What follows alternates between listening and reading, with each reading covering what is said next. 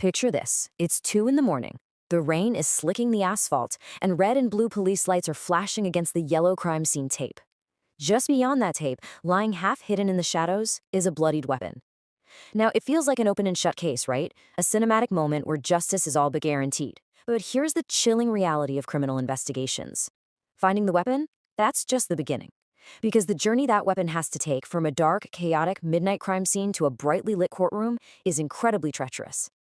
In this explainer, we're diving deep into the microscopic legal thread that holds our entire justice system together, the inviolable link of evidence integrity.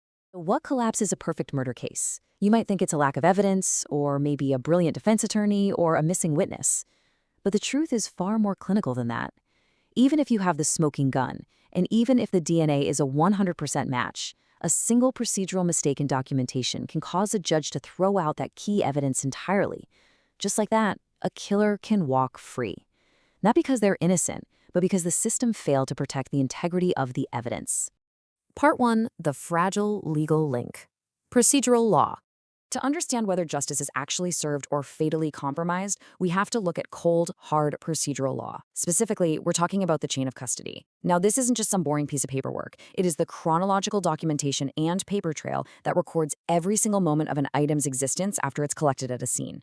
It tracks the custody, literally who had it in their hands, the control, how it was handled, the transfer, who it was passed to next, the analysis, exactly what a forensic lab did to it, and the storage, where it was kept under lock and key. This procedural framework is the absolute foundation of evidentiary credibility. Its sole purpose is to prevent contamination, alteration, substitution, or outright fabrication. Because the hard truth is, if you can't prove exactly where an object has been, you simply cannot prove what it is. Part 2. Anatomy of the chain. Clinical precision. There's a core principle of evidence handling you have to understand. It goes like this. Every person who handled the evidence must be identified, and every transfer must be documented. This creates a completely transparent record of accountability. Think about it. If an investigator hands a blood swab to a lab technician, and there's no signature verifying that exact moment in time, a ghost enters the system. And let me tell you, the legal system absolutely does not tolerate ghosts. Every single handler must be known, and every single transfer must be meticulously logged. To maintain that transparent record, investigators have to meticulously check off some major macro-level requirements. They act as a high-stakes survival checklist for the case. First, every piece of evidence gets a unique ID number and a specific recovery location. Then every single movement requires a name, a signature, and a clearly stated purpose for the transfer. The item has to reside in tamper-evidence sealed packaging, and it must be stored in secure environments with strictly limited access. But most importantly, there has to be a continuous record with absolutely no unexplained gaps. If an investigator misses even one of these elements, the link fractures. And what exactly are we protecting with all these strict rules? We're talking about highly vulnerable evidence, things like biological evidence, blood, DNA, and saliva, physical weapons like guns and knives, digital evidence pulled from cell phones or hard drives, microscopic trace evidence, which could be just a single hair or fiber, and, of course, controlled substances. All of these items are highly susceptible to contamination or tampering. They depend entirely on an unbroken chain of custody to maintain their integrity, from the very moment they're found on the street to the moment they're analyzed under a microscope. Part 3. The evidence journey, a high-stakes process. This journey is essentially a high-stakes process of survival for a single piece of evidence, and there are 6 critical phases. It all starts with collection by crime scene investigators, using specialized tools to prevent any cross-contamination. Second is immediate labeling and packaging, where items go straight into appropriate containers locked down with tamper-proof seals. Third is transportation, where every single movement to a facility is logged with signatures. Fourth, we have lab analysis. Here, forensic experts document absolutely everything they do to the item. Fifth is secure storage, where the evidence sits in heavily restricted lockers.